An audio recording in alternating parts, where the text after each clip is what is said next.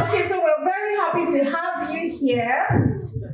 And you do know that with governance, when you're talking about corporate governance, there are ways of doing things. So I think it's important that we start by letting you know how we should behave here today. Okay? So first of all, do you like the space that you see?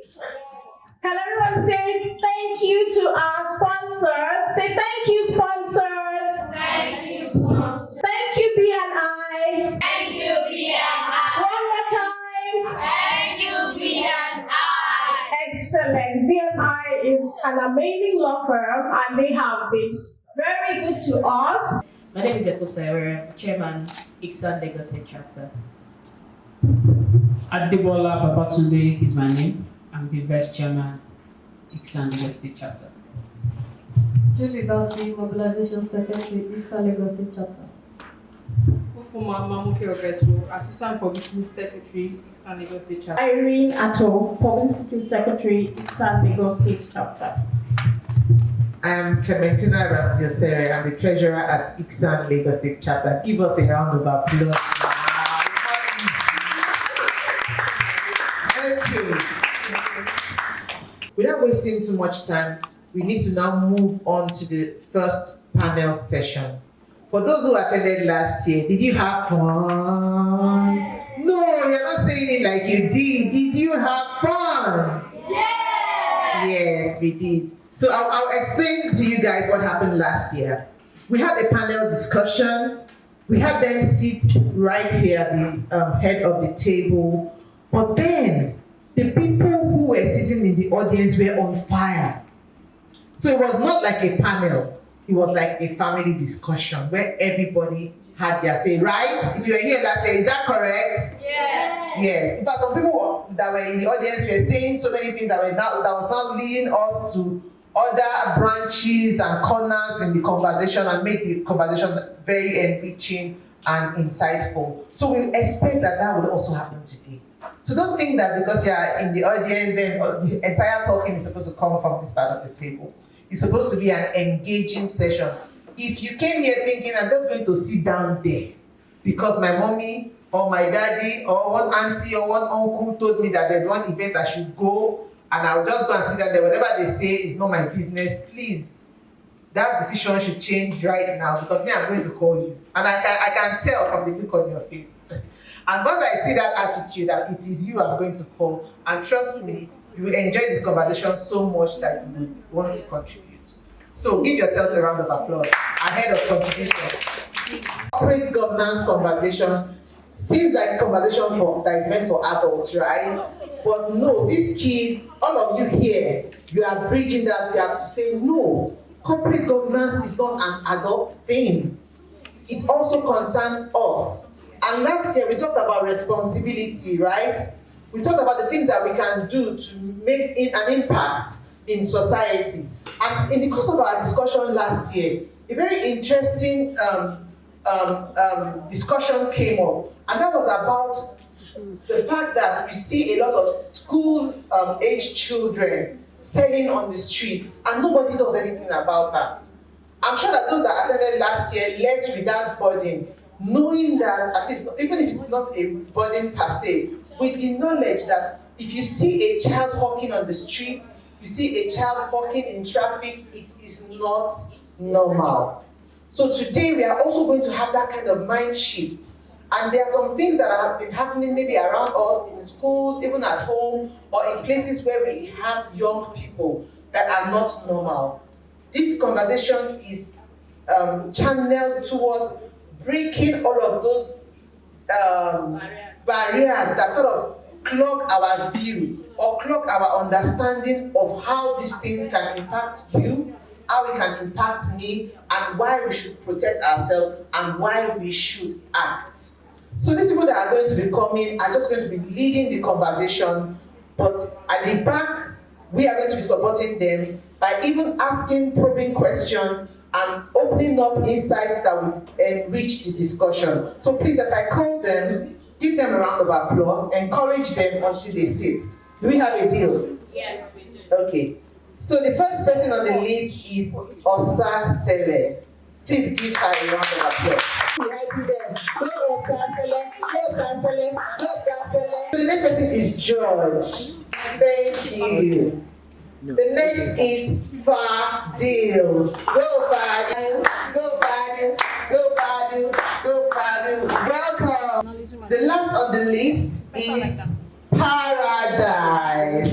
Go, Paradise. So let's give ourselves rounds of applause. Of the most vulnerable members of our society, their safety and security must be given priority attention.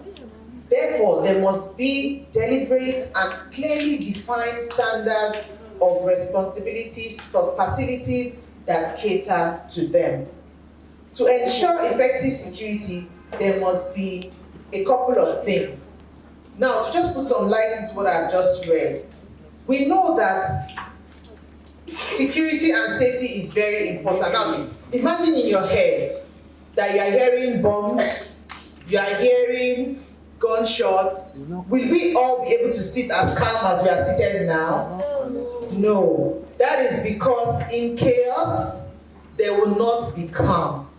People will be afraid. People will not be able to go to schools. People will not be able to go about their businesses. Markets will not open. There will be crisis. So everybody will need to stay away from the places where there are issues. Now, we don't have a situation of a war, right? We're not hearing bombs. Are we hearing bombs? No, we're not hearing gunshots. We're not hearing all of that. But silently, in that calm that we seem to have, there's crisis going on underneath. And I'll tell you how. There are safety hazards here and there in places where not just children, but even adults gather. In our public transport system, we have safety hazards. Do you know about those kind of safety hazards? Can somebody tell me the kind of safety hazards we have in our transportation system? Fadil, the panel is already going. Brake failure. Brake failure, thank you. Brakes can fail. Roads can be bad, damaged, and cause accidents. Those are national issues. Those are issues that adults should bother about. So let's bring it home. So when we talk about safety and security for young people, growing people, right? We are talking about this kind of safety hazard that growing people are exposed to by virtue of the things that they do in everyday life. For example, you go to a school. For example, you are here, right? If there's a nail popping out from this table, it poses a threat because it can poke the child and cause an injury that can expose the child to getting infected by what we call tetanus. And that can lead to death under 24 hours. So do you see why safety is a very serious issue? Now it happens in our schools. There are hazards in our schools. There might be hazards even in our homes, in our toilets, school toilets, public toilets, all over the place. The discussion today is geared towards us understanding when there are safety risks and knowing that we can do something about it. I've mentioned the kind of safety that we have on the roads, brake failure, those are adult things, right? Let adults bother about those kind of things. But simple things like something is causing there's an electric flow somewhere and you experience an electric shock, you should not allow it to happen to the next person. And that is what this conversation is about.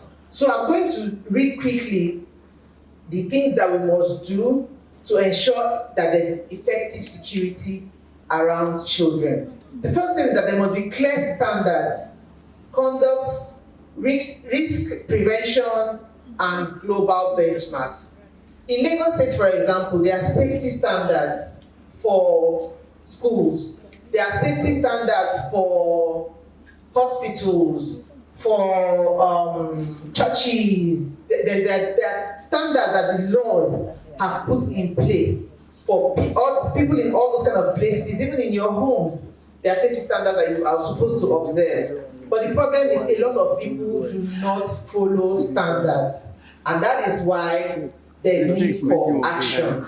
Then there should be effective enforcement of safety rules. Now the law enforcement is there. We have different agencies of the government that will enforce these rules, but they will never know that a rule has been broken if people do not tell them. That is where we step in. As a young child, you see something going wrong on the street, you can report it. And that is what we are going to talk about today. Then establish communication characterized by easy access to safety channels that to report any irregularities. This is particularly for our schools. There should be a way for people to report when there's a safety breach. For example, you are in your class, a desk is broken, there's maybe nails popping out somewhere.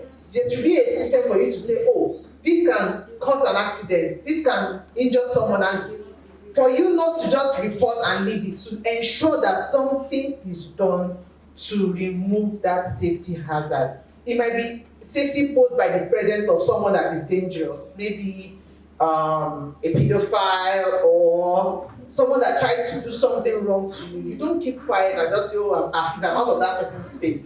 You have to also report, for example. I'm just prepping you so that when we start asking our questions, you will know what to say. Then periodic assessment and evaluation of existing processes to check effectiveness. That's very important as well. But that, like I said, are adult things. That's for our schools, for the government, for everybody to make sure that they do all of these things to put things together. Then regular reviews against emerging risks. Now I've said too much. It's now time for you to have your say. So what does safety mean to you? Dr. Sele, what does safety mean to you? Being protected and staying away from harm. Okay, good. So how do, in your view, can anyone, let's say in a school setting, how can a child stay protected and safe from harm?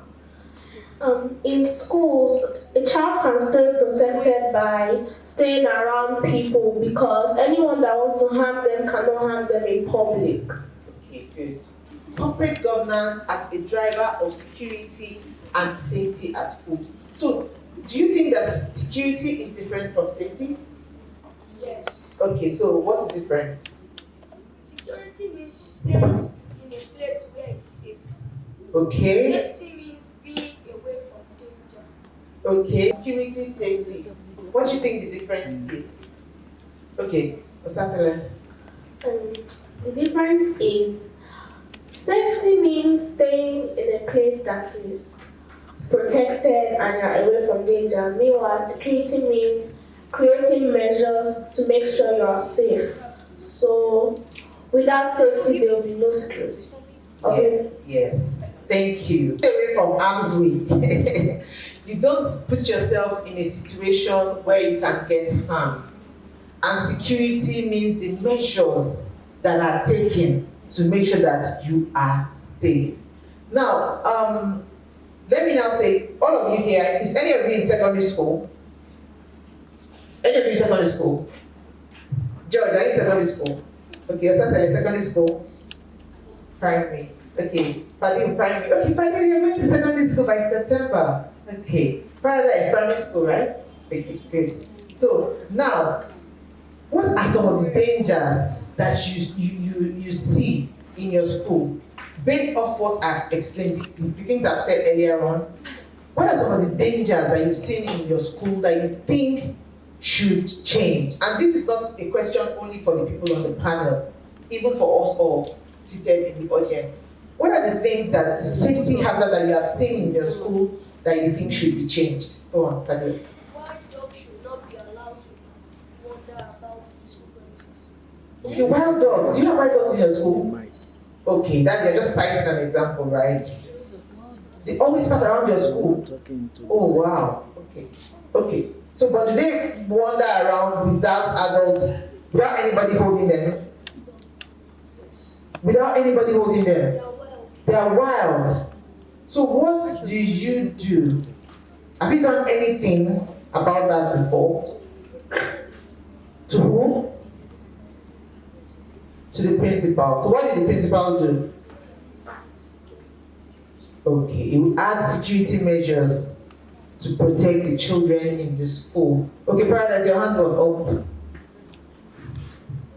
You can sit down. Wondering about in school. Yes. How is that a safety issue?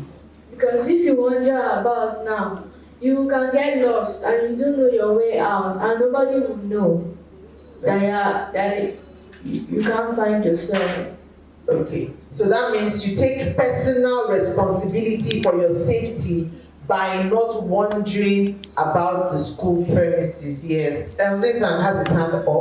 I wanted to add that another danger in school is playing rough. Because when you are playing rough, you can injure yourself and also injure others. True, very true. To say that by not allowing some animals to get into your classrooms. Okay, not allowing animals. Yes. I feel safe at home. Okay, why do you feel safe at home?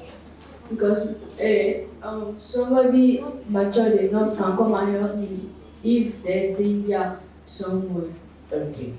Now, there are also trusted people in other places that we should be able to talk to, especially when they are not our parents. How do you know a trusted person? You know a trusted person through their past track record.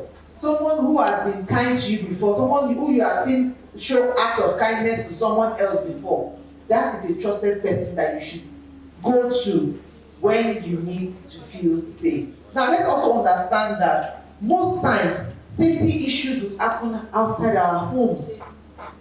They might happen on the road, they might happen in the car. There was a time in a car that a parent locked up their kids inside the car, and the kids ended up dying, right? Because they couldn't open the door. They were too young to understand how to open the doors and come out of the car. So those are safety issues as well.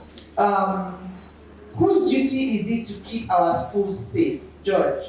The duty of the security. The school security? Yes. Just them? It's the duty of everyone to make sure the society is safe, because everyone has a role to play in safety. Sometimes people are the cause of their own unsafetyness because they don't want to take full responsibility. Ever see anyone in a safety situation? Now, it doesn't matter whether you acted that time or not.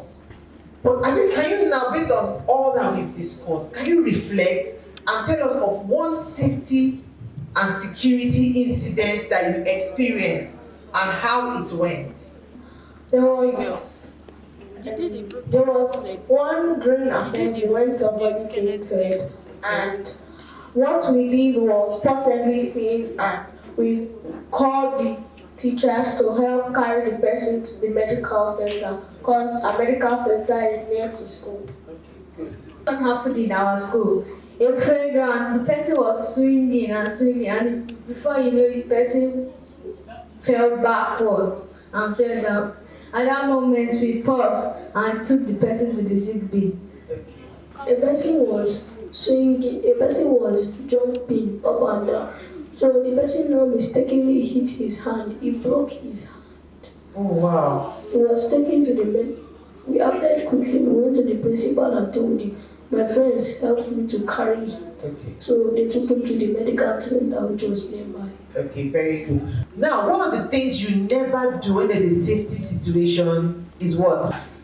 Somebody looks like they are hot. You hear somebody laughing. That's very bad. That's a horrible thing to do. The first thing you want to do is to ask the person, are you okay? When you hear from the person is still speaking, then you try to get help. But if the person is not speaking, you need to move very quickly. I'm going to tell you some important safety tips that you need to have at the back of your mind. You guys are blessed and lucky that you have internet to use, so you can go and research. Interrogate your school safety process. When there is a fire, what do we do? First, fire. Second, when there is a medical emergency, who do we call on? Does your school have a sick bay? Does your school have a nurse on call who can attend to people and at least administer first aid? Or does your school have an arrangement with a hospital where they can take children to very quickly? You need to start asking those questions. Then there are two, or should I say three important things I want you all to go and learn. The first is called CPR. What did I say? CPR. It's cardiopulmonary resuscitation. And it's a very simple process and a skill every person must have. I have seen situations where children administered CPR to save the lives of others. So you are not too young to learn CPR. The second one is called helmet. Okay, so when do you use CPR? You use CPR when people are unconscious. They are not breathing, their eyes are closed, they are lying down, you don't know what the problem is. You check for their pulse to know whether they are still alive before you then start performing chest compressions. There's what they call the American Heart Foundation. They have CPR training every year and they improve every year. The videos are available on YouTube. You can just say, oh, between January to February, I must watch American Heart Foundation CPR training. For every year, they have protocols and all they do. Then the next one is helmet maneuver. What did I say? Helmet maneuver. Everybody say it with me. Helmet maneuver. The helmet maneuver is a quick solution and treatment for choking. I've been in a situation where I was in law school, somebody was eating pineapple and instantly started choking on pineapple. Luckily, a medical doctor was sitting nearby eating rice in the restaurant, and he came there and quickly performed the helmet maneuver on the person, and instantly the person became perfectly fine. I can demonstrate it. Let me have, what's your name? So if I want to help Moyena, I want to perform the helmet maneuver on her. This is not perfect. I'm not telling you to try this at home. You need to get training to do it, but this is what it looks like.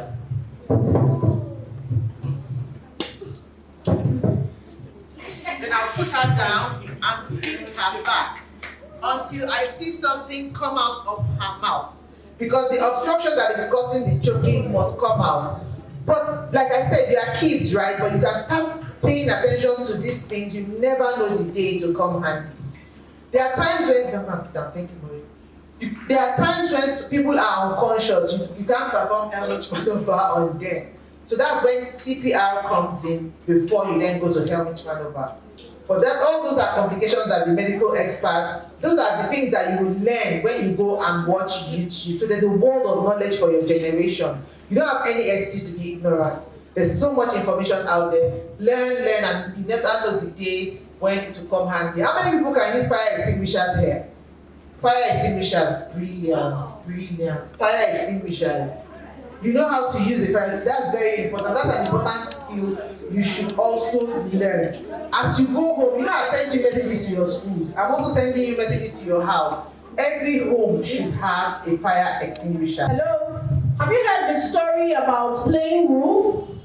Have you ever heard that story? Yes. Okay, great. I'm happy to know that the internet generation has heard that story, because that story has been told right from when I was a child, and that was a very long time ago. So when you keep telling a story pretending that you're in danger when you're not in danger, the time will come when you're actually in danger. What do you think people would do when you say, oh, you're fainting? Say, oh, I'm fainted. They'll be like, oh, gosh. Exactly. Somebody may think, you will not know that you're in real danger. So children, you need to teach your friends. The reason you're here is so you can learn. And when you learn, don't keep it to yourself, okay? You have to teach others. It is not funny to joke about safety, all right? Don't hide and pretend that somebody kidnapped you and then your parents are worried. Don't do that, it's not funny. Thank you very much, panel one. That was an excellent job you did. Thank you, CRO. You did an excellent job moderating that panel. Please, can we have a round of applause for our panelists?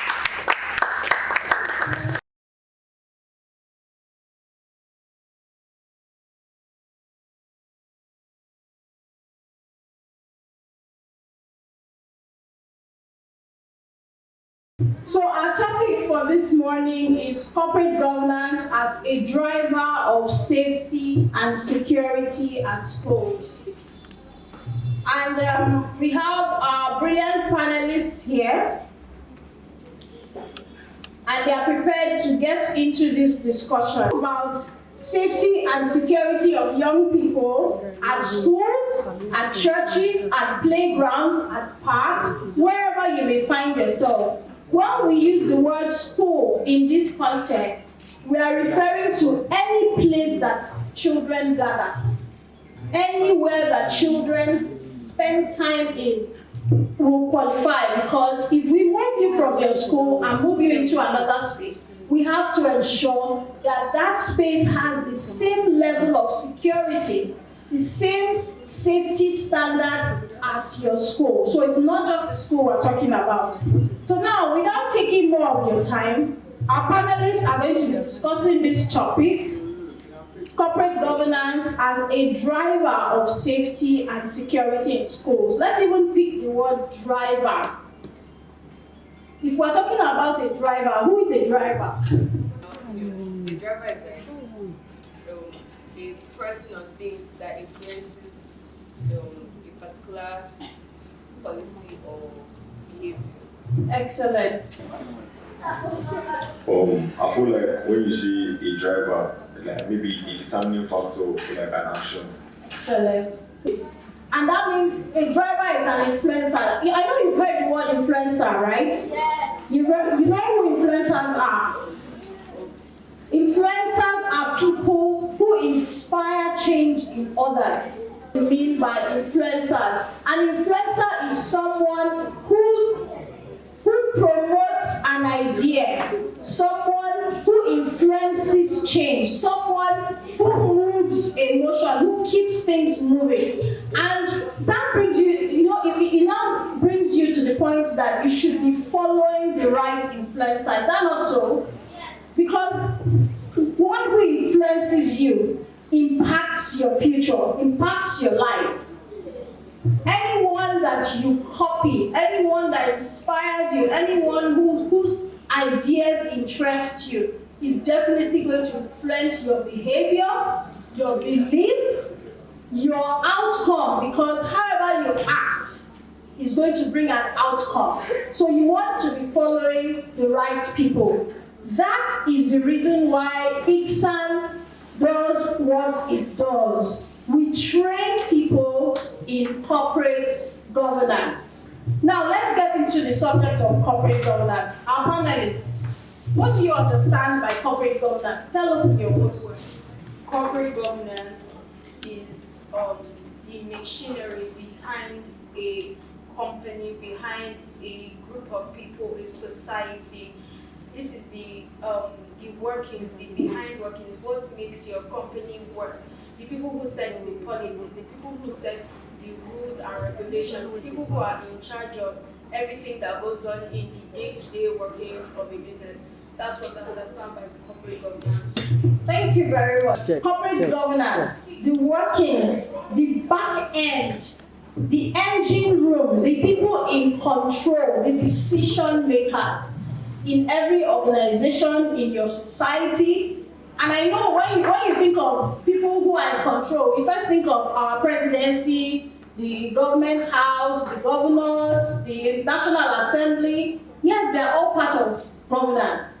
But she's right in giving us an expanded explanation of what corporate governance is. Because it's not just about the government, it's every organization, every institution, the people in charge, the people who are making decisions, the people responsible for how things are being done. That's what corporate governance deals with. Moyo, you're going to say something.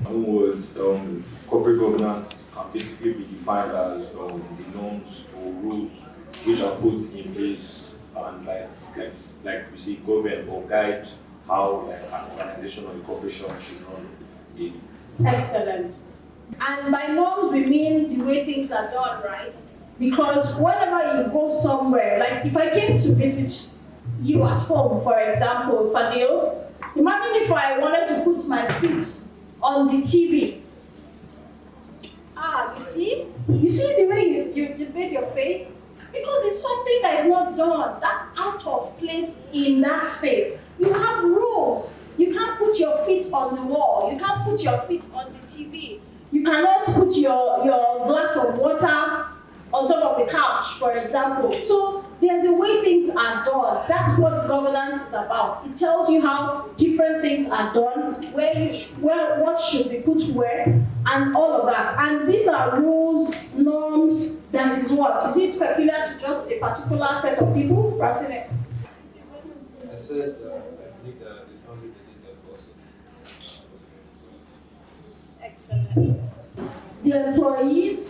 So he went in government, you would say the citizens, because in our society, you say the citizens. But in an organization like a company, you will talk about the employees. And he's right, because corporate governance is a set of rules. It's a set of rules, like Moyo said, norms, that guide how things are done. And it affects everybody, which means nobody is above the rule. And first of all, for you to have corporate governance, it means that everybody knows what should be done and everyone follows those rules. Can you name any key principle of corporate governance? Accountability. Accountability, excellent. When I come back and I don't find the bottle, who's going to be held accountable? Nabil, because Nabil has the responsibility of keeping that bottle appropriately. Do you understand? That's what he means by accountability. Yes, Fadil? Good leadership. Yes, excellent leadership. Because somebody must be piloting. Again, driver. Somebody must be in charge. Somebody must tell people, this is what we should do, this is what we shouldn't do, this is how we should go about it, and you define those standards. Excellent. Any other principles, anything that should be present in corporate governance? Governance, transparency is important because when you are leading a company, when you are in charge of a particular field, we need transparency where we know that, oh, let's say 50,000 was assigned to this company. This and this was supposed to be done. We come back and the chief of finance or something like that is honest enough to say that, oh, this is where this money went, this is where this money went. We're not cutting corners, we're not taking out of this money to do anything else. We are being clear about our intention. So this is very important because that's one of the problems we have today in Nigeria, where we don't have leaders who are transparent. We don't know where our money is going. We don't know what is going on in the country. We just hear whatever is told to us by the press. And the press can be tampered with. So transparency is very important, where we will be able to get things done, be straight about everything. Now imagine I pick up this bottle and it's transparent. What does that mean? You can see through it. Exactly. It's clear, right? Transparency means it is clear. Fadil, can you add more to transparency? Flexibility. Flexibility. What do you mean? Can you explain? Okay. Accessibility. Accessibility. Okay. That's another principle of governance. That's what they say. Thank you, Fadil. We're still talking about. She gave an example. They gave you some money and they said, oh, buy some books. And the books need to go to everybody on the junior panel at the ICSAN Corporate Governance Roundtable. And then you take the 50,000 and you come back and you bring us 2 books. That means you must have bought 1 book for 25,000, right? Yes. Do you know how much a book is? Yes. How much is a book? That's 5,000. 5,000 naira, exactly. So now you give somebody 50,000 and the person comes back with 2 books and says, oh, I bought these 2 books for 50,000. Depending on what book it is, you know how much that book costs. Would you say that person is accountable? Would you say the person was transparent? Because the person just tried to bubble you, right? You know, like cover your eyes, like, oh, this is 25,000. So that's what corporate governance checks in every environment, including your schools. Good leadership. A good leader is firstly what? Accountable.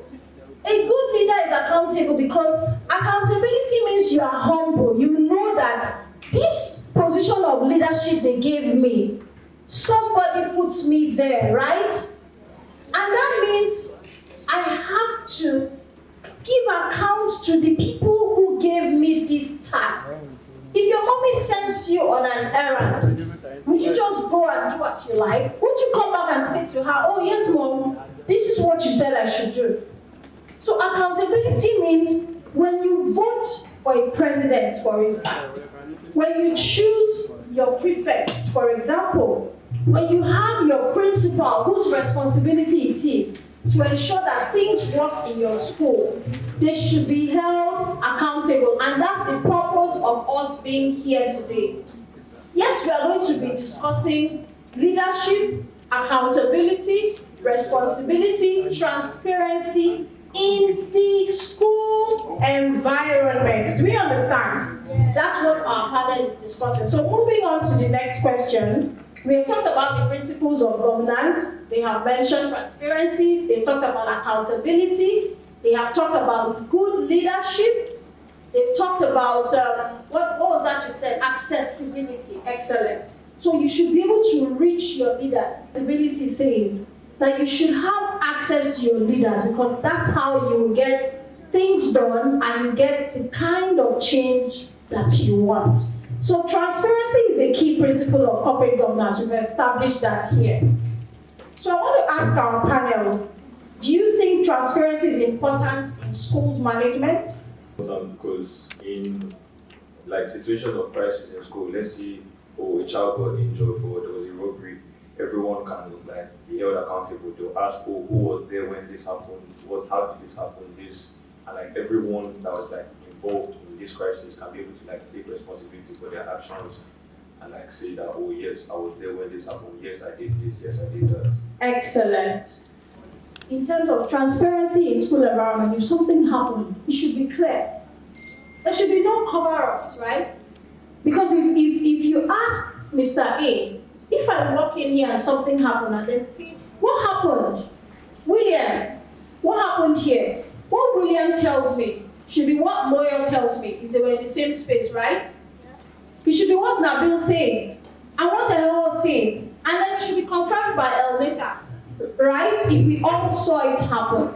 Now, when everybody was there and nobody saw anything, do you understand my point? Who do we hold accountable? If you don't have transparency, if you don't have people who are honest, who will speak up, if you don't have the courage to say what you saw, the way you saw it, can you really have a safe and secure school? Paradise said she feels safe at home. And we established that the reason you feel safe at home is because you can trust the people that are in your home. They are your family. They are people you know.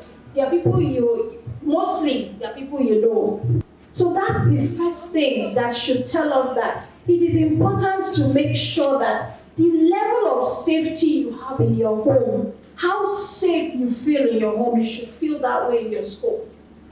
Do you understand? In a term, and then maybe like 4 weeks at home on holidays.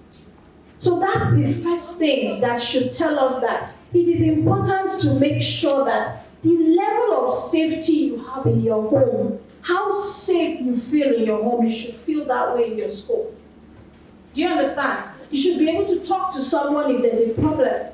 You should be able to see something and say something. You should be able to trust this, what has been put in place. Oh, the safety rules. Somebody is making sure that they obey those rules. We don't just make rules for fun, right? We make rules to guide behavior, to regulate, to make sure that people are not behaving anyhow. All right? That we all act in a certain way. And that's why we make those rules. Somebody has to check. So Moya has let us know now that transparency in school is very important. Because when you're transparent, everything is clear. If something happened in the school, you'll be able to find out. We heard of a story in a school where something happened to a child. A child was hurt in a school. And then In trying to investigate, the police were asking questions, different people were asking questions, and nobody was talking. And there were teachers there, there were students there were pupils there, there was a school nurse, and nobody was saying anything. That was very bad. That should not happen in your schools. Do you understand me? Do we want that kind of thing to happen in our schools? No! So we are going to be courageous. We are going to ensure that good corporate governance works in our schools and that things are done right. And if there's anything that will endanger a child's life, anything that affects your security, you will talk to somebody about it. So when you go back to your schools, I want you to ask your school management. If you're a prefect at the school, better, because you're already in leadership position. You should bring up these subjects. Do we have a set of rules? Who is in charge of these rules? Have we taught the rules to everyone in the school? Do the teachers know the rules? Do they obey it? Because we don't want to have rules where some people can disobey it. No adult is allowed to disobey a safety rule. So when you see an adult who is putting fire where you can obviously see on the wall, there's a sign there, no smoking. If you see an adult who is smoking there, please say it to them very politely. It says on the wall that this is a highly inflammable place. Please do not smoke in here. Do you understand? That's the kind of future we want for Nigeria, where people speak up. Because one person can be wrong, but we all cannot be wrong. Do you understand? We all should do the right thing. Everyone. So in the context of corporate governance, stakeholders. Do you understand what we mean by stakeholders? No. Is there anyone who wants to answer that? The stakeholders are people who have influence or power or control in a business or an organization. In terms, stakeholders. So who do you think stakeholders are? Can you tell us a stakeholder in Nigeria? The governor. Jasmine, stakeholders in Nigeria, stakeholders of our countries. Name one stakeholder. Chairman, yes, that's at the local government level, you have the chairman. It's for us to know our place as citizens. We should stop thinking that the leaders have more responsibility than we do. We have a responsibility to check that the leaders are first doing what they should do. Do you understand? That means you see something wrong, say it. Let's stop looking at the people who tell us that, oh, look, you're doing the wrong thing. Stop looking at them as bad people. Stop looking at the person who speaks up, who says, oh, no, something happened in this class and it was this person responsible for it.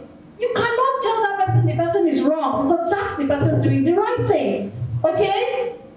So you are the biggest stakeholder wherever you find yourself. In your school, you're also a big stakeholder. So now we move on to the next questions. You know the stakeholders and we have named them. So do you think that the stakeholders, each of the stakeholders that you have named, can they contribute to security? I do think that they contribute. Which of the stakeholders, and in what way do you think they can contribute? For instance, the school board, like I said, okay, they bring the decisions. They are the decision makers. They are at the top of the food chain of the hierarchy in government. Okay, the government of the school. Excellent. Okay. So when we have the school board, whatever policies they put in place, whatever rules and guidelines, this is what will guide the whole school. This is what makes or breaks your school. Okay. So your school board is what will make or mar you in terms of how far that school would go. Then another one is the parents. The parents. Parents of our children. They contribute a lot. Siri, I hope you're getting down everything. Great, thank you. The parents of our children. When you put a child into a school, you're not just handing them over to these teachers. You have to make sure that you actually contribute to their lives. You make sure that you input something. When you see that things are going wrong or they are not to your satisfaction, they are not up to par, you make sure that these what would I call it? These fallbacks are pushed, like you push for excellence, you push for the development. So parents play a huge role, because you won't go putting your child somewhere where they cannot excel, where they cannot sit down with that state of mind that I'm safe in this space. Excellent. Then yeah, I think that's it. Thank you very much, Hadasa. You've made a good point. Parents need to do more. We are the custodians of the children. You're the primary caregiver of a child. And a child cannot choose the schools for themselves. So it is the parents that are choosing these schools, and you need to look out for the right things. Is this child safe in this school? Is it a safe space for my child to thrive? If you're trying to raise up a child to be a future leader, then you put that child in a school that is going to develop leaders. Not a school where there's no control. Not a school where there's no discipline. Not a school where there's no care, where there's no safety, where no one provides resources, where they do not have resources to get what they need. So that's an important point that she has made. Abigail, you want to add to that? I know that teachers are like with us more than parents are, because we spend most of our time in school. So like they know our behaviors, and they can tap into like potential issues early, so that they can go to the school board and like talk about potential issues. You are so right. You're so right. Some teachers actually know these children better than their parents do. A lot of parents, when they leave, a lot of parents work at jobs that are so demanding. Some work at jobs where they travel for a great length of time. It's the people who spend more time with your children that know them better. And these teachers need to be held accountable. Is that not what you're trying to, I think that's what you're trying to say. They should be held accountable. They need to speak up. They need to they need to catch any anomaly, anything irregular. They have a responsibility to look out for it before it gets out of hand, and then report it to the right channel, to the decision makers who are the school board, like you have said. So that's an excellent point. So corporate governance in schools, that's the way it works. Everyone has a duty to play, and when you capture that, we must do something about it. Take it to the right authorities and ensure that the actions are taken. Does anybody have a favorite teacher in their school? Yes. Let's shout out to our favorite teachers. Can you tell me the name of your favorite teacher in your school? Very quickly, George. Hello? Hello? Do you want to have Mr. Kamoru as your teacher? So you see my point? So now it starts with, who do we employ as teachers in our schools? We need the right people. And you don't want a criminal as a teacher. We don't want people who are assaulters as our teachers. We don't want people who are assaulters as our teachers. We don't want, yes, people who assault people. We don't want former criminals. We don't want ex-convicts. Are you listening? So these are the reasons why you have to pay attention to what the governance is important in schools. Because you cannot expose a child to somebody who is going to put that child at risk. Who is going to put the child, in fact, when you look around and you have made sure that there's a fire extinguisher, there's a school nurse, the place is safe, and then you brought a criminal there. Hello?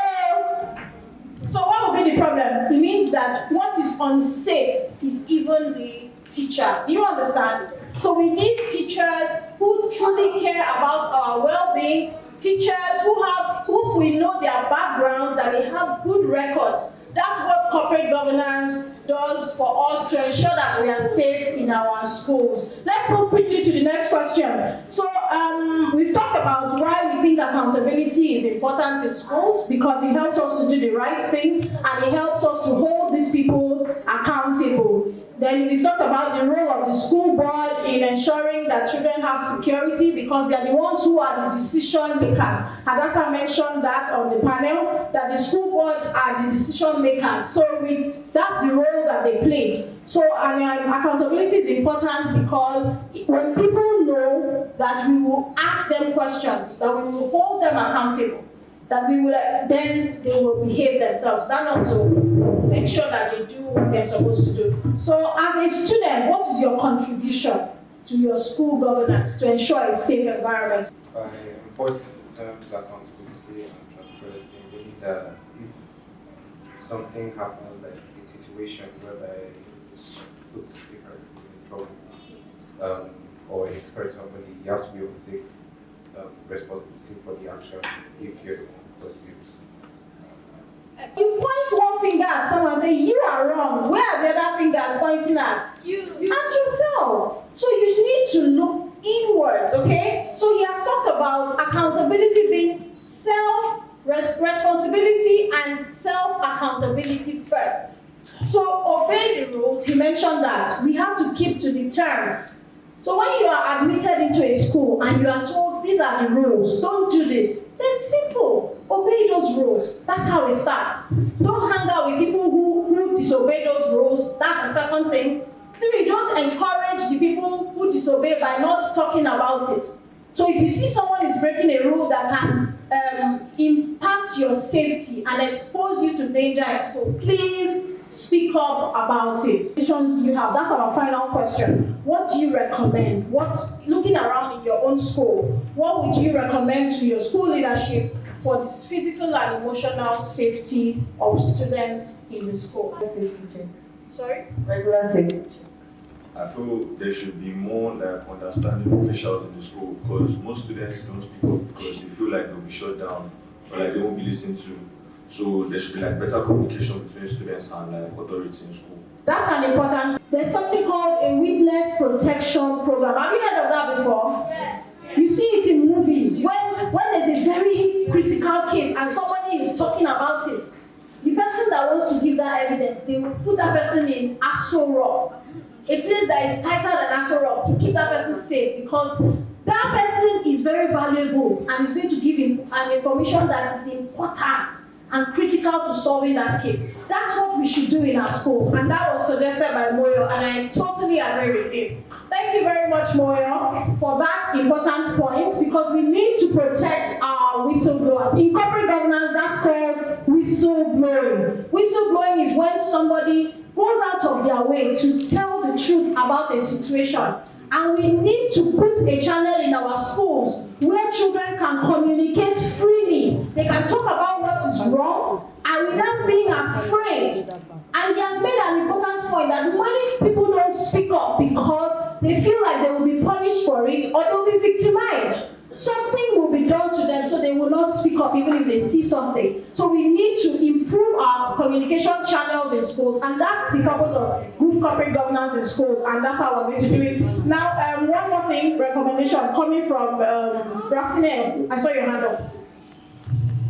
Okay, students, teachers should be able to teach students how these laws are applied and how to enforce them. Okay. So as not to bring up people that break laws. Excellent. So Racine has made an important point that the teachers themselves need to teach how to obey laws, and I think that would be from their actions first, because they are watching you. It says because if you show them, then you raise them to be law-abiding citizens. They will then obey. So I think that still brings us to accountability. Hold the teachers accountable for what is wrong, because when you hold them accountable, they will do the right thing. And the children, in turn, will look at their teachers and they will copy them. And together, in our enlarged society, we will have an excellent society. We are out of time, and that will be the end for today. Thank you very much, Fabio. Mr. Bill. My name is Basi Elnaton. It was interesting about the topics we're talking about. That security is not just done by the adults. Everyone can do security. In our schools, everyone must take responsibility for for security. My name is ICSAN, and today I want to say thank you and thank you to the ICSAN for allowing us to use this place as we used last year. I really enjoyed this class. I learned about safety and security at school and at home. Hello everybody, my name is Osasele Esanbedo, and I really enjoyed today's section that ICSAN made for us. It was very, very interesting, and I had a lot to take home. I was one of the junior panelists today, and I learned a lot, like it is the meaning of safety and security, what we should do in situations where people are not safe, and how we can also make us and our community safe.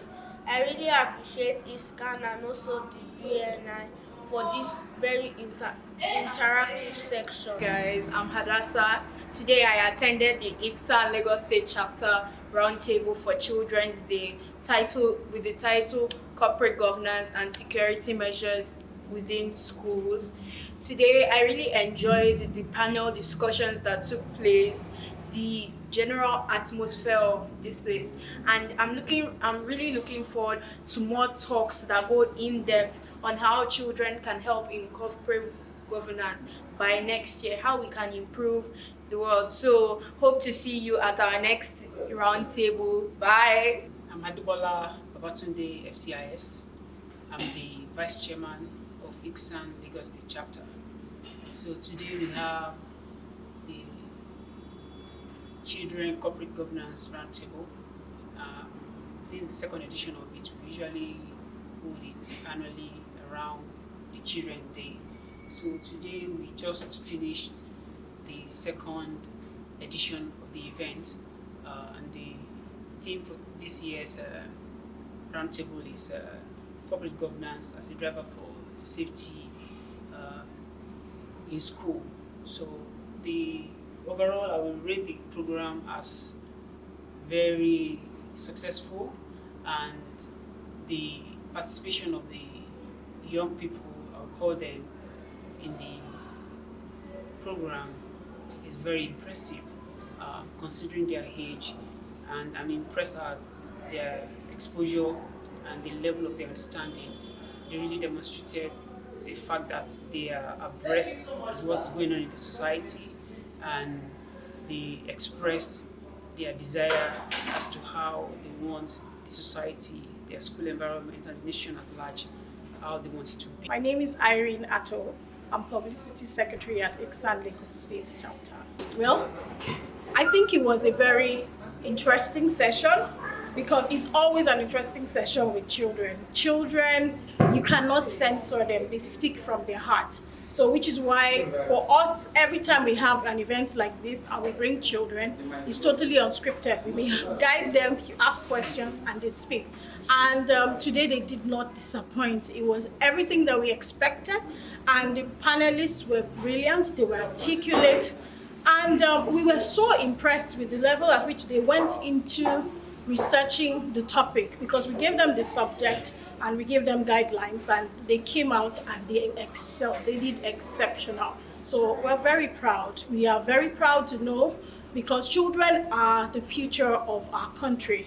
And if this is a representation of some of the children, all the children that are in Nigeria, then there is hope, because they knew what they were saying and they did amazing in discussing the theme, which is corporate governance as a driver for safety and... My name is Efosa Ewere, FCIS, the chairman of ICSAN Lagos State Chapter.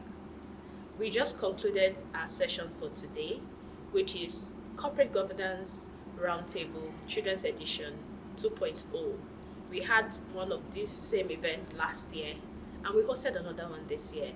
This year's event, the theme is Corporate Governance, a driver for safety and security in schools.